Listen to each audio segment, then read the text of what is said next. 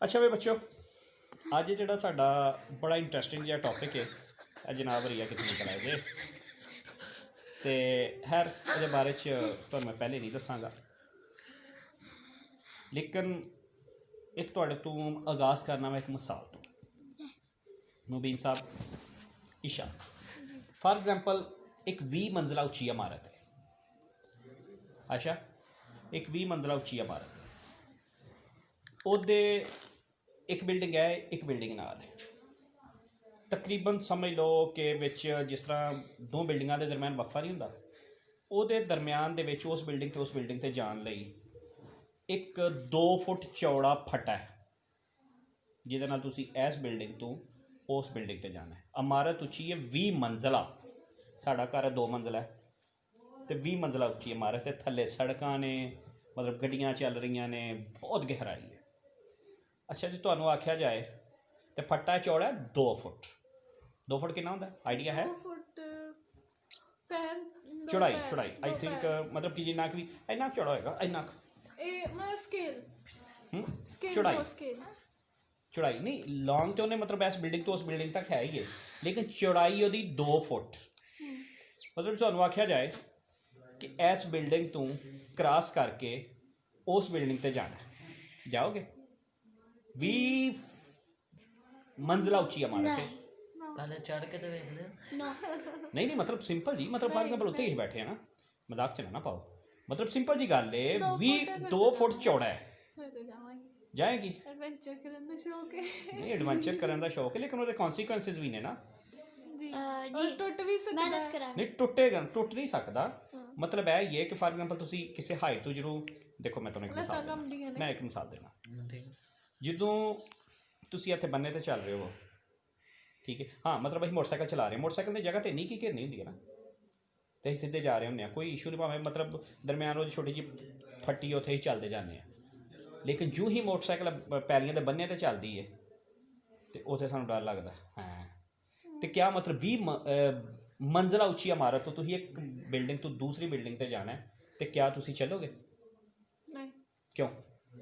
ਜੇ ਤੁਹਾਨੂੰ ਕੁਝ ਵੀ ਹੋ ਸਕਦਾ, 1000 ਰੁਪਏ ਮਿਲੇ ਤੇ, ਨਹੀਂ, 10,000 ਮਿਲੇ ਤੇ, ਮਰ ਗਈ ਤੇ ਫਿਰ 1000 ਰੁਪਏ ਦਾ ਕੀ ਕਰਨਾ ਸੀ? ਤੇ ਜੇ ਲੱਖ ਮਿਲੇ ਤੇ? ਅਸੀਂ ਮਰ ਗਏ ਤੇ ਪੈਸੇ ਦਾ ਕੀ ਕਰਨਾ ਸੀ? ਮਤਲਬ ਪੈਸੇ ਨੂੰ ਅੱਗ ਲਾਣੀ। ਅੱਛਾ ਚਲੋ ਮਤਲਬ ਸਿੰਪਲ ਉਹ ਫੱਟਾ 2 ਫੁੱਟ ਦਾ ਚੌੜਾ ਜ਼ਮੀਨ 'ਤੇ ਵਿਛਾਇਆ ਜਾਏ ਤਾਂ ਆਖਿਆ ਜਾਏ ਕਿ ਮਤਲਬ ਇਸ ਸੜਕ ਨੂੰ ਕ੍ਰਾਸ ਕਰਕੇ ਪਰਲੇ ਪਾਸੇ ਜਾਏ, ਨਹੀਂ ਕਿ ਇੰਨਾ ਕੁ ਏਰੀਆ ਹੈ, ਤਾਂ ਉਹ ਜਾਓਗੇ? ਜੀ। ਮਤਲਬ ਉਹ ਨਹੀਂ ਚੌੜਾ ਫੱਟਾ ਹੈ ਨਾ, ਲੇਕਿਨ ਉੱਤੋਂ ਡਰ ਸੀ ਨਾ ਥੱਲੇ ਡਿੱਗਣ ਦਾ, ਤੇ ਥੱਲੇ ਡਰ ਨਹੀਂ ਹੈ, ਥੱਲੇ ਡਿੱਗਣ ਦਾ ਹੈ। ਇਹ ਹੀ ਅਸਲ ਜਾੜੇ ਡਰ ਮਤਲਬ ਡਰ ਤੁਹਾਨੂੰ ਇਨਾਮ ਵੀ ਤੁਹਾਨੂੰ ਮਿਲ ਰਿਹਾ ਹੈ, ਲੇਕਿਨ ਉਹ ਡਰ ਨੇ ਤੁਹਾਨੂੰ ਉਸ ਇਨਾਮ ਤੋਂ ਵੀ ਰੋਕ ਲਿਆ। ਯਾਨੀ ਕਿ ਤੁਹਾਨੂੰ 10 ਲੱਖ ਦੀ ਵੀ ਆਫਰ ਹੈ, ਕਰੋੜ ਤੱਕ ਦੀ ਵੀ ਆਫਰ ਹੈ, ਲੇਕਿਨ ਤੁਸੀਂ ਕਹਿੰਦੇ ਫਾ ਦੇਣਾ ਇਸ ਕਰੋੜ ਨੂੰ। ਡਰ, ਹਾਲਾਂਕਿ ਉਹ ਹੀ 2 ਫੁੱਟ ਦਾ ਚੌੜਾ ਫੱਟਾ ਹੈ, ਮਤਲਬ ਤੁਸੀਂ ਸਿੰਪਲੀ ਡਰ ਨੂੰ। ਅੱਛਾ ਚਲੋ, ਇੱਕ ਮਤਲਬ ਇਹਨੂੰ ਥੋੜ੍ਹਾ ਜਿਹਾ ਹੀ ਚੇਂਜ ਕਰਨਾ ਹੈ। ਉਸੇ ਵੀ ਮੰਜ਼ਲਾ ਉੱਚੀ ਇਮਾਰਤ ਹੈ, ਠੀਕ ਹੈ, ਅਤੇ ਦੂਸਰੀ ਤੁਸੀਂ ਵੇਖਦੇ ਹੋ ਕਿ ਇਹ ਬਿਲਡਿੰਗ 'ਤੇ ਅੱਗ ਲੱਗ ਗਈ, ਅਤੇ ਉਹ ਹੀ ਰਸਤੇ 'ਚ 2 ਫੁੱਟ ਦਾ ਚੌੜਾ ਫੱਟਾ ਹੈ, ਠੀਕ ਹੈ, ਅਤੇ ਬਿਲਡਿੰਗ 'ਤੇ ਅੱਗ ਲੱਗ ਗਈ, ਕੁਛ ਲੋਕ ਵੀ ਉੱਥੇ ਚੀਖ ਚਲਾ ਰਹੇ ਨੇ ਨਾ, ਮਤਲਬ, ਅਤੇ ਫਿਰ ਤੁਸੀਂ ਕੀ ਕਰੋਗੇ? ਫਿਰ ਤੁਸੀਂ ਕਿਆ ਉਹਨੂੰ ਕ੍ਰਾਸ ਕਰੋਗੇ? ਹੋ ਸਕਦਾ ਹੈ। ਅੱਛਾ, ਯਾਨੀ ਕਿ ਜਜ਼ਬਾਤ ਇੱਕ ਵਾਰੀ ਮਚਲਣਗੇ, ਲੇਕਿਨ ਫਿਰ ਵੀ ਉਹ ਸਾਹਮਣੇ ਮੌਤ ਨਜ਼ਰ ਆ ਜਾਏਗੀ। ਮਤਲਬ ਡਰ ਤੁਹਾਨੂੰ ਫਿਰ ਉੱਥੋਂ ਰੋਕ ਦੇਗਾ। ਅੱਛਾ ਚਲੋ, ਅਚਾਨਕ ਤੁਹਾਨੂੰ ਲੱਗੇ ਕਿ ਉਸ 2 ਮਤਲਬ ਅਗਲੀ ਬਿਲਡਿੰਗ 'ਤੇ ਤੁਹਾਡੀ ਮਾਂ ਹੈ, ਜਾਂ ਤੁਹਾਡਾ ਕੋਈ ਭਰਾ ਹੈ ਜਾਂ ਭੈਣ ਹੈ, ਜਾਂ ਕੋਈ ਵੱਡਾ ਬੰਦਾ ਹੈ ਅਤੇ ਉਹਦੀ ਕੋਈ ਬੱਚਾ ਉੱਥੇ, ਅਤੇ ਉਹ ਹੀ ਵਿੱਚ 2 ਫੁੱਟ ਦਾ ਚੌੜਾ ਫੱਟਾ ਹੈ। ਗੱਲ ਕਰੀ ਫਿਰ ਕੀ ਕਰੋਗੇ? ਉੱਥੇ ਅੱਗ ਲੱਗੀ ਹੈ, ਬੱਚਾ ਤੁਹਾਡਾ ਉੱਥੇ ਸੜ ਸਕਦਾ है। मैं मोटू पतलू दे तरह सुपरमैन बन के जाऊंगा। वो सुपरमैन नहीं बन सकते, आप ह्यूमन है, वो टीवी की बात है। मतलब आपका भाई है, बहन है, आपकी माँ है, आपका बाप है, जिनसे आप बड़ा प्यार करते हैं, फिर क्या करेंगे? मर जाएंगे। फिर भी नहीं जाएंगे? मर जाएंगे, कोशिश करेंगे। क्यों? डर नहीं लगेगा? नहीं। क्यों? खोने का डर होगा ना। کیوں ڈر کیوں نہیں لگے گا؟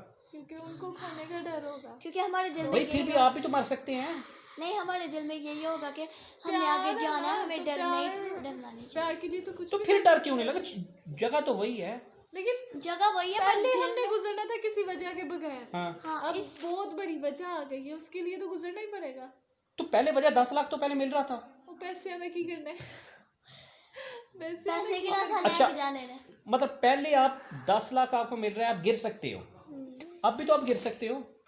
لیکن اب دھیان ہمارے گول پہ ہوگا نا کہ ہم نے انہیں بچانا ہے. ہاں ہمیں پھر اپنے وہ گرنے پہ نہیں ہوگا اس ٹائم. مطلب اس ٹائم آپ کو ڈر کی ایسی کی تیسی ڈر کی پرواہ کوئی نہیں ہے. جیسے آخرت والے دن جو ہے نا، دوزخ والے بندے گر جائیں گے اور جنت والے وہ ہوں گے، مطلب جو جنت میں جائیں گے ان کو پتہ ہے کہ ہم نے اچھا کیا ہے، تو وہ اب آگے چلتے جائیں گے، وہ نہیں گریں گے. پورا دوزخ والے گر جائیں گے. بیٹا وہ تو ایک علیحدہ سے ٹاپک ہے اچھے نا. مقصد کے لیے جا رہے ہیں، اللہ پہ بھروسہ کر کے ہاں چلیں گے. تو یہی انسان کی، جب انسان کسی مقصد کے لیے آگے بڑھتا ہے، فار ایگزامپل پڑھائی کے تھرو کچھ کرنا چاہتا ہے یا کوئی بھی اس کی زندگی کے مختلف قسم کے گول ہوتے ہیں، اس کو وہ گول حاصل کرنے میں سب سے بڑی رکاوٹ انسان کے اندر کا ڈر ہے. حالانکہ اگر دیکھا جائے تو وہ جو 20 بلڈنگ والی عمارت ہے، اگر آپ اب کراس کر سکتے ہیں تو پہلے بھی کر سکتے تھے، لیکن اب آپ کو سامنے گول نظر آ رہا ہے. تو پہلے آپ کو ایک انعام کا لالچ تھا، لیکن وہ انعام کا لالچ آپ کو یعنی کہ اچھی زندگی دے سکتا تھا، لیکن آپ کو کون روک رہا ہے اس اچھی زندگی سے؟ صرف ڈر.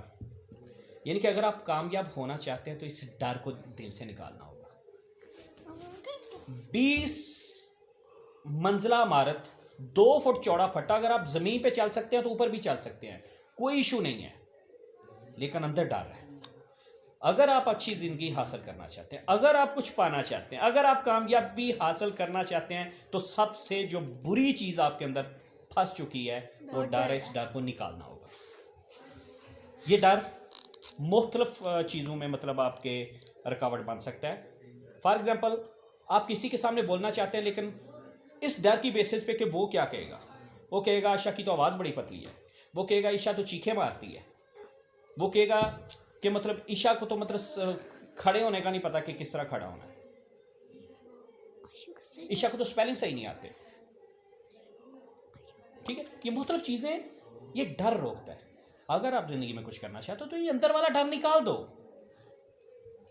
یقین سے کہہ رہا ہوں، یہ ڈر نکال دو. اگر آپ کامیابی چاہتے ہو، پاپا جی مجھ سے نہیں ہوگا، پاپا جی اکیلا پڑ چپایا جی، میں نہیں کر سکتی. نہیں وہ پاپا جی وہ صفا تو کر سکتی ہے، وہ اس میں تو ماشاءاللہ بڑا ٹیلنٹ ہے. بوڑھا بدیشہ والا ڈائلاگ. بیٹا جی اگر صفا کر سکتی ہے تو تم بھی کر سکتی ہو، تم کر سکتی ہو تو ایمان بھی کر سکتی ہے، عائشہ بھی کر سکتی ہے. یہ دیکھو فار ایگزامپل آپ نے بچپن میں دیکھا ہوگا، یہ انگلی اگر عائشہ چوس سکتی ہے تو آپ بھی چوس سکتی ہو. لونی لونی لگتی ہے، گندی بڑا مزہ آ رہا ہے. گندی مطلب جراثیم وہ کھا سکتی ہے، تم بھی کھا سکتی ہو. اگر وہ بیمار ہو سکتی ہے تم بھی ہو سکتی ہو. شرم نہیں آئی؟ بڑا مزہ آ رہا ہے. چھپایا انہیں. چلو بند کر دو، کافی ہو گیا.